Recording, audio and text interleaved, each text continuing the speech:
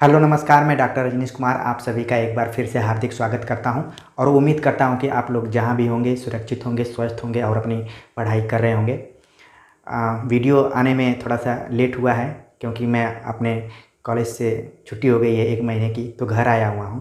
तो यहाँ पर सेटअप की व्यवस्था करनी पड़ी और चीज़ों को अरेंज करना पड़ा, इसी क्रम में लेट हो गया। तो और आपके बहुत सारे लोगों के कमेंट्स आए कि क्यों लेट हो रहा है, हम लोग इंतज़ार कर रहे हैं। तो इन्हीं सारी चीज़ों को ध्यान में रखते हुए अभी मैं सेटअप तैयार किया हूँ और आपके सामने प्रस्तुत हूँ। पिछले लेक्चर से हम लगातार हिंदी व्याकरण पर बातचीत कर रहे हैं। अब तक हमने संधि, समास, रस, अलंकार आदि पर बातचीत कर लिया है और आज हम एक ऐसे टॉपिक पर बातचीत करने जा रहे हैं जो कि UGC NET, UP higher education, GIC, TGT, PGT जैसे प्रवक्ता संबंधी जितने भी एग्ज़ाम होते हैं उनमें बहुत ही महत्वपूर्ण टॉपिक है। आज हम काव्य गुण पर बातचीत करेंगे कि काव्य गुण का शाब्दिक अर्थ क्या है, काव्य गुण कितने प्रकार के होते हैं, काव्य गुण विभिन्न आचार्यों द्वारा उनकी संख्या कितनी निर्धारित की गई है और जो महत्वपूर्ण काव्य गुण हैं उन पर हम विस्तार से बातचीत करेंगे। तो उम्मीद है कि आप लोग लगातार मेरे साथ बने रहेंगे और कापी कलम लेकर जहाँ भी ज़रूरत पड़ेगी आप उसे नोट कर लेंगे। तो आइए चलते हैं, हम काव्य गुण पर बातचीत करते हैं कि काव्य गुण का शाब्दिक अर्थ क्या है। ठीक है, अगर देखा जाए जो काव्य गुण है इसका शाब्दिक अर्थ ये है कि जैसे काव्य की शोभा बढ़ाने में रस का योगदान होता है, अलंकार का योगदान होता है। जैसा कि मैंने अलंकार पढ़ाते समय बताया था कि शब्द के साथ काव्य की शोभा बढ़ाना या फिर अर्थ के हिसाब से काव्य की शोभा बढ़ाना, इसीलिए शब्दालंकार और अर्थालंकार 2 तरीके के अलंकारों को हमने पढ़ा था। उसी तरीके से काव्य की शोभा बढ़ाने में काव्य गुणों का क्या योगदान है उसको हम देखेंगे। तो शाब्दिक अर्थ यही है कि ऐसी कविता जिसमें दोषों का क्या हो, अभाव हो, दोषों का अभाव, तभी ना गुण होगा। क्योंकि काव्य दोष और काव्य गुण दोनों एक सिक्के के 2 पहलू हैं। अगर काव्य गुण है तो उसके साथ काव्य दोष भी होगा। तो आज हम काव्य गुण पर बातचीत कर रहे हैं, कभी काव्य दोष पर भी बातचीत करेंगे। ठीक है, तो खैर इसको आप समझिए कि काव्य गुण वो होता है जो दोष रहित होता है, जिसमें दोष नहीं होता है। ठीक, दूसरा होता है कि शोभा कारक, कविता की शोभा बढ़ाने वाला। तीसरा होता है आकर्षक, जो जब आप कविता पढ़ें तो उसमें आकर्षण हो, उसको आपको पढ़ने का मन करे। ये किसके वजह से होता है? काव्य गुण की वजह से होता है। अब सर्वप्रथम काव्य गुण पर किसने विचार किया था और उसको स्थापित कौन किया था, इस तरीके के सवाल परीक्षाओं में बहुत आते हैं। तो काव्य गुण पर सर्वप्रथम विचार किया था आचार्य भरत मुनि ने, जिन्होंने कि नाट्यशास्त्र में इसका उल्लेख किया है और इसकी संख्या कुल 10 माना है। भरत ने काव्य गुण पर बातचीत करते हुए कहा कि काव्य गुण वह है जो दोषों का विपर्य कहलाता है। काव्य गुण दोषों का विपर्य, जो दोषों के विपरीत हो, वो काव्य गुण कहलाता है और इसकी संख्या इन्होंने निर्धारित की 10। ये कई बार एग्जाम में पूछा जाता है, इसको आप नोट कर लीजिए। इसके बाद आचार्य भामा आए, जिन्होंने काव्य अलंकार अपने ग्रंथ में गुणों की संख्या कुल 3 मानी है। ठीक है, लेकिन टर्निंग पॉइंट तब आता है जब वामन, जिन्होंने रीति संप्रदाय में अपना महत्वपूर्ण रोल निभाया, उन्होंने रीति को काव्य की आत्मा माना और उसमें भी गुण पर ज़्यादा जोर दिया। इस तरह से उन्होंने गुण पर विचार करते हुए उसकी संख्या 20 माना है। ये कई बार एग्जाम में सवाल पूछा जाता है कि वामन के अनुसार गुणों की संख्या कुल कितनी है, 20 है। हम उन चीज़ों पर ज़्यादा विचार करेंगे जहाँ से टर्निंग पॉइंट से, जिनसे सवाल आते हैं। ठीक है, तो आप इसको नोट करते जाइए और समझते जाइए। वामन ने जो 20 गुण माने हैं वो 2 तरीके से उन्होंने माना, शब्दगत और अर्थगत। ठीक, और ये 10 माना है, 10 शब्द और 10 अर्थ। वामन संस्कृत आचार्यों में एक ऐसे आचार्य हैं जो कि वैज्ञानिक तरीके से चीज़ों का मूल्यांकन करते हैं, चाहे वो रस हो, चाहे अलंकार हो, चाहे गुण हो, चाहे रीति हो। इन पर काफ़ी उन्होंने गंभीरता से अध्ययन किया है और एक वैज्ञानिक तरीके से। तो गुणों का अध्ययन करते हुए उन्होंने इसकी संख्या 20 माना और वो भी शब्दगत और अर्थगत। इसी तरह से हम जब अलंकार पढ़ रहे थे तो उसके भी 2 भेद थे, शब्दालंकार और अर्थालंकार। इसका जो भेद किया था ये वामन ने किया था। जैसे उन्होंने गुणों को देखा है शब्द के अनुसार और अर्थ के अनुसार, वैसे ही अलंकारों को भी देखा था। ठीक है, तो इस चीज़ को आप ध्यान में रखिए। अगर घुमा कर भी सवाल आए तो भी आप बता दें कि वामन ने कुल काव्य गुणों की संख्या 20 माना है। इसके बाद भोज, आचार्य भोज आए जिन्होंने गुणों की संख्या माना है 24। ठीक है, तो इस तरीके से ये भी कई बार सवाल पूछा जाता है, तो ध्यान रखिए। इसके अलावा अग्निपुराण, अग्निपुराण में गुणों की संख्या को माना गया है 18। कई बार ये भी सवाल आ जाता है कि अग्निपुराण के अंत के अनुसार गुणों की संख्या कुल कितनी है, 18। इसके अलावा रीतिकाल के कवि देव ने गुणों की संख्या 12 माना है। ठीक है, और वेद व्यास ने गुणों की संख्या को माना है 19। तो आप देख रहे हैं कि डिफरेंट तरीके के अलग अलग आचार्यों ने इसकी संख्या को अलग अलग निर्धारित किया है। इनके अलावा जितने भी शेष आचार्य हैं उन्होंने गुणों की संख्या को माना है 3। तो इस तरीके से मैं उन आचार्यों को अलग कर दिया जिन्होंने अलग अलग गुणों को माना है, और जो शेष हैं उन्होंने एक मत से गुणों की संख्या को माना है कि 3 ही है। अब वो 3 कौन कौन से हैं, तो ध्यान दीजिए, एक फार्मूला के अनुसार इसको आप याद कर सकते हैं। और कई बार आप जब हाई स्कूल या फिर इंटरमीडिएट की परीक्षा दिए होंगे या फिर यूजी पीजी का एग्ज़ाम दिए होंगे, तो इसमें आप बाकायदे लिखते रहे होंगे कि इसमें प्रसाद गुण है या माधुर्य गुण है या ओज गुण है, जब आप कविताओं की व्याख्या करते रहे होंगे। और ख़ासतौर से लोग विशेष में इन सारी चीज़ों को लिखते हैं कि इस कविता में फलां अलंकार है, फलां रस है और फलां गुण है। तो पहले से आप जानते होंगे। मुख्य आपको इसकी जानकारी रखना बहुत ज़रूरी है, क्योंकि कॉम्पिटिटिव एग्जाम में इनसे सवाल ज़्यादातर पूछे जाते हैं। ठीक है, तो हम इन तीनों पर ही बातचीत करेंगे। इन संख्याओं को तो आप याद रखिए, क्योंकि याद ही करना ज़्यादा ज़रूरी है, इस पर विस्तार से पढ़ने की ज़रूरत नहीं है। 3 किनको माना है, पहला है प्रसाद, दूसरा माधुर्य, तीसरा ओज। तो इसको हमने पीएमओ कहकर याद करने की कोशिश की कि P for prasad, M for madhurya, O for ओज। तो इस तरीके से आपको याद हो जाएगा, और मात्र 3 ही है तो याद होने में ज़्यादा दिक्कत नहीं है। अब हम इस पर विस्तार से बातचीत करेंगे कि प्रसाद गुण की खास विशेषताएं कौन कौन सी हैं, ये कहाँ पर पाया जाता है। ठीक है, और माधुर्य गुण कौन की विशेषताएं क्या हैं, कहाँ पर पाया जाता है, और ओज गुण की खास विशेषताएं क्या हैं और कहाँ पर पाया जाता है। कई बार इनके अंदर से भी सवाल आ जाते हैं। ठीक है, तो उम्मीद है कि आप लोग इसको नोट कर रहे होंगे, और जो हमने तत्काल में व्यवस्था की है पढ़ाने के लिए, ये सब आपके हमारे लगाव की वजह से ही संभव हो सका है, क्योंकि मैंने जल्दी में सेटअप किया और आप लोगों के लिए लेक्चर तैयार करने की कोशिश की है। उम्मीद है कि अब तक जितना कुछ मैंने पढ़ाया होगा कि काव्य गुण का शाब्दिक अर्थ क्या है और विभिन्न आचार्यों द्वारा काव्य गुणों की जो संख्या निर्धारित की गई है वो, और प्रमुख रूप से जो काव्य गुण हैं उनको आप समझ गए होंगे। अब हम बातचीत करते हैं प्रसाद गुण। ठीक है, प्रसाद जब हम नाम लेते हैं तो सबसे पहले तो हमारे दिमाग में जयशंकर प्रसाद का नाम आता है। तो वो तो एक कवि हैं, लेकिन प्रसाद एक गुण भी है।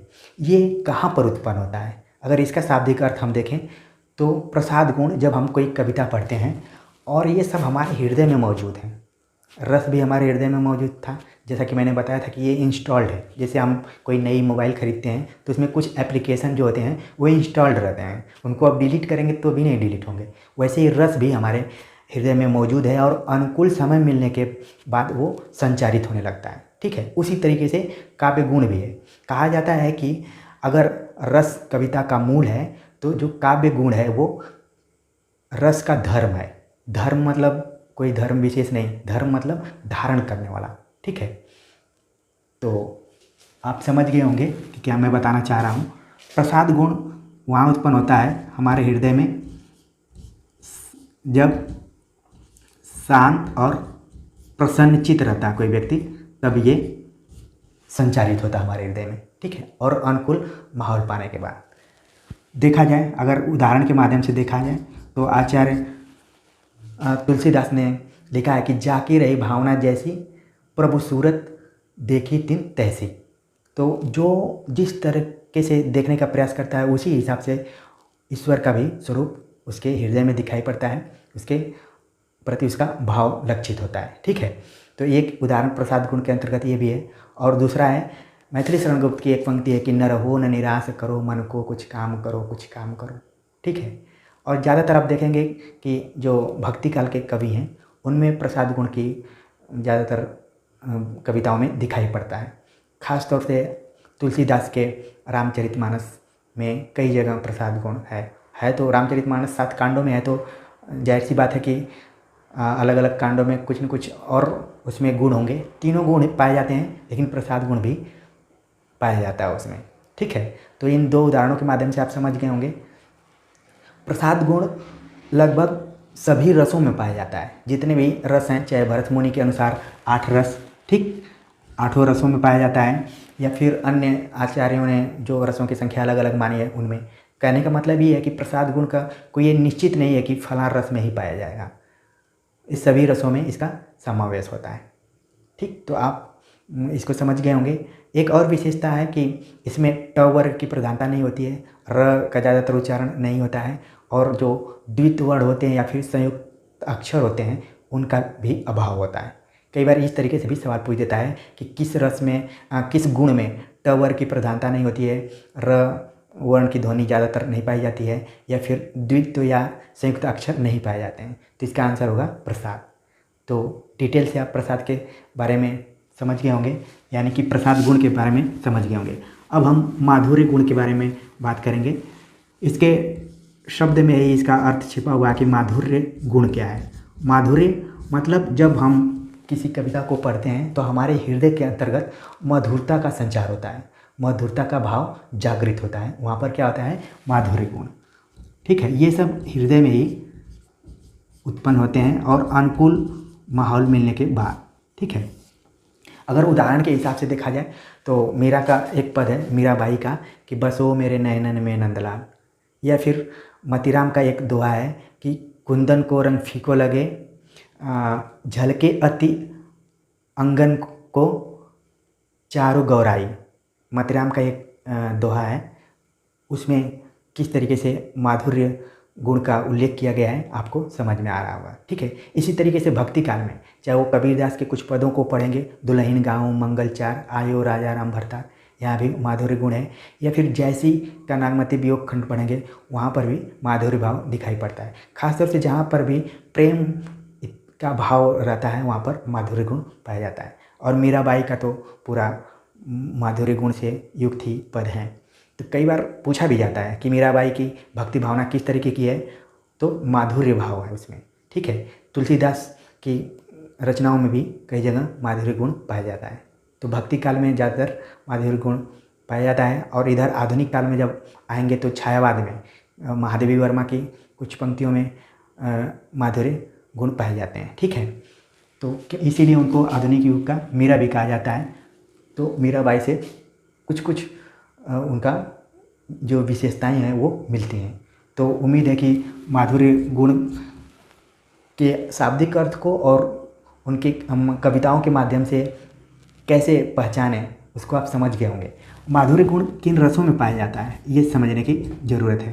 तो ये पहले तो पाया जाता है श्रृंगार रस, ठीक, दूसरा है शांत, और तीसरा है करुण।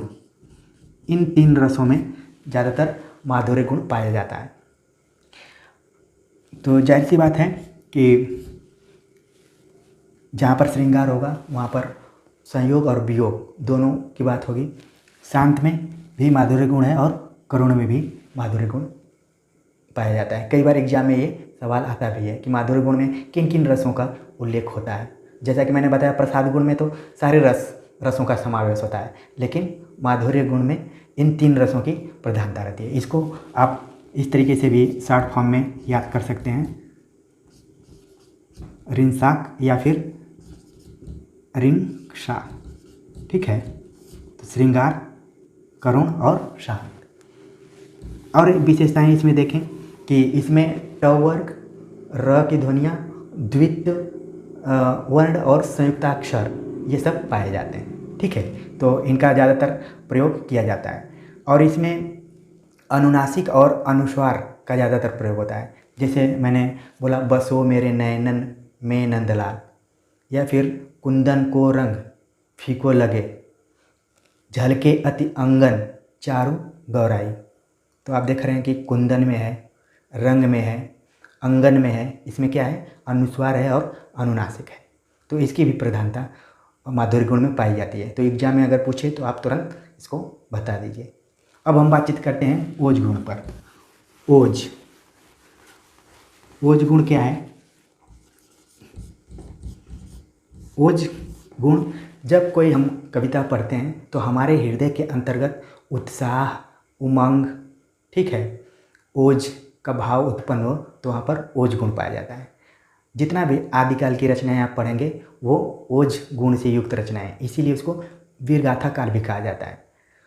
ठीक है, 12 बरिस ये कुकर जिए, 13 ले जिए सियार, 18 बरिस छतरी जिए, आगे कौन हवार। ठीक है, भल्ला हुआ जो मारिया मैं हारू कंत। इस तरीके से जो पंक्तियाँ आ रही हैं ये ओज से युक्त हैं। इसी तरीके से भूषण जो रीतिकाल में कवि आए उन्होंने भी शिवाजी और छत्रसाल के बारे में जितनी भी कविताएं लिखी हैं वो ओज से युक्त कविताएं हैं। फिर आधुनिक काल में निराला को कहा जाता है कि ओज एवं औदात्य के कवि। ठीक है, तो जितने भी राष्ट्रवादी कवि हैं, चाहे वो रामधारी सिंह दिनकर हों, चाहे सुभद्रा कुमारी चौहान हो, या फिर पुष्प की अभिलाषा जिन्होंने लिखा है, माखनलाल चतुर्वेदी, इन सारी कविताओं में ओज का भाव दिखाई पड़ता है और वहाँ पर ओज गुण की प्रधानता होती है। ठीक है, जैसे कि बूंदेले हर बोलों के मुँह हमने सुनी कहानी थी, खूब लड़ी मर्दानी वह तो झांसी वाली रानी थी। इसी तरीके से श्याम नारायण की कविता है जो महाराणा प्रताप के ऊपर है कि रणबीर चौकड़ी भर भर कर, जो चेतक से संबंधित कविता है, इसमें भी क्या है, ओज गुण है और ओज से युक्त कविताएं हैं।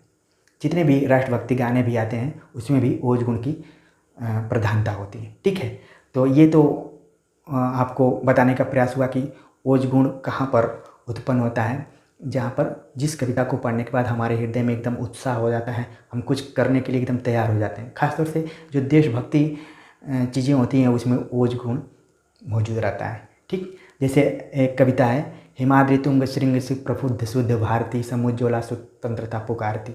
इस तरीके से चंद्रगुप्त नाटक में ये पंक्ति आई हुई है। अरुण यह मध मध्य समारा, जहाँ पहुँच अनजान क्षितिज को मिलता है एक सहारा।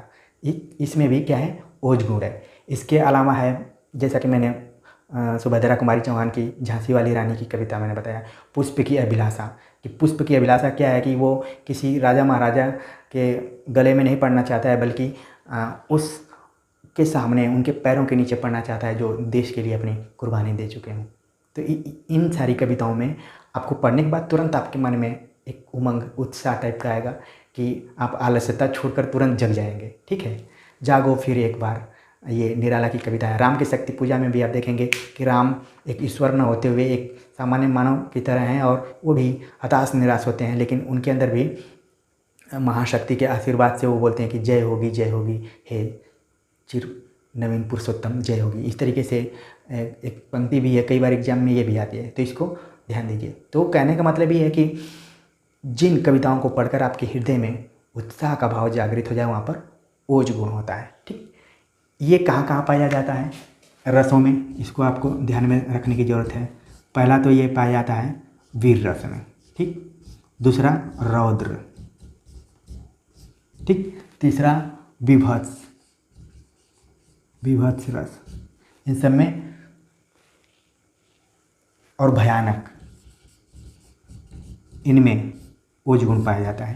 ये सवाल कई बार आता है तो इसको आप नोट कर लीजिए। इसके अलावा इसमें द्वित्व वर्ण पाए जाते हैं और संयुक्ताक्षर भी पाया जाता है और ट वर्ग की प्रधानता होती है। ठीक है, तो मुख्य रूप से आपने देख लिया कि जो काव्य गुण हैं वो प्रसाद, माधुर्य और ओज, उनकी क्या खास विशेषताएं हैं, वो किन रसों में पाए जाते हैं और किन किन कविताओं के माध्यम से हम उसको आत्मसात कर सकते हैं। ठीक है, तो जब भी आप कविता पढ़ेंगे तो आप तुरंत पकड़ लेंगे कि इसमें प्रसाद गुण होगा, इसमें माधुर्य गुण होगा, जहाँ पर प्रेम की बातें होंगी, और जहाँ पर कुछ कर गुजरने की, देशभक्ति प्रधान हो, फिर या फिर उनको पढ़ने के बाद आपके दिल में खुद हलचल टाइप का मचने लगे, तो वहाँ पर क्या होगा, ओज गुण होगा। क्योंकि ये हमारा जो प्रयोगशाला है वो हमारा हृदय है।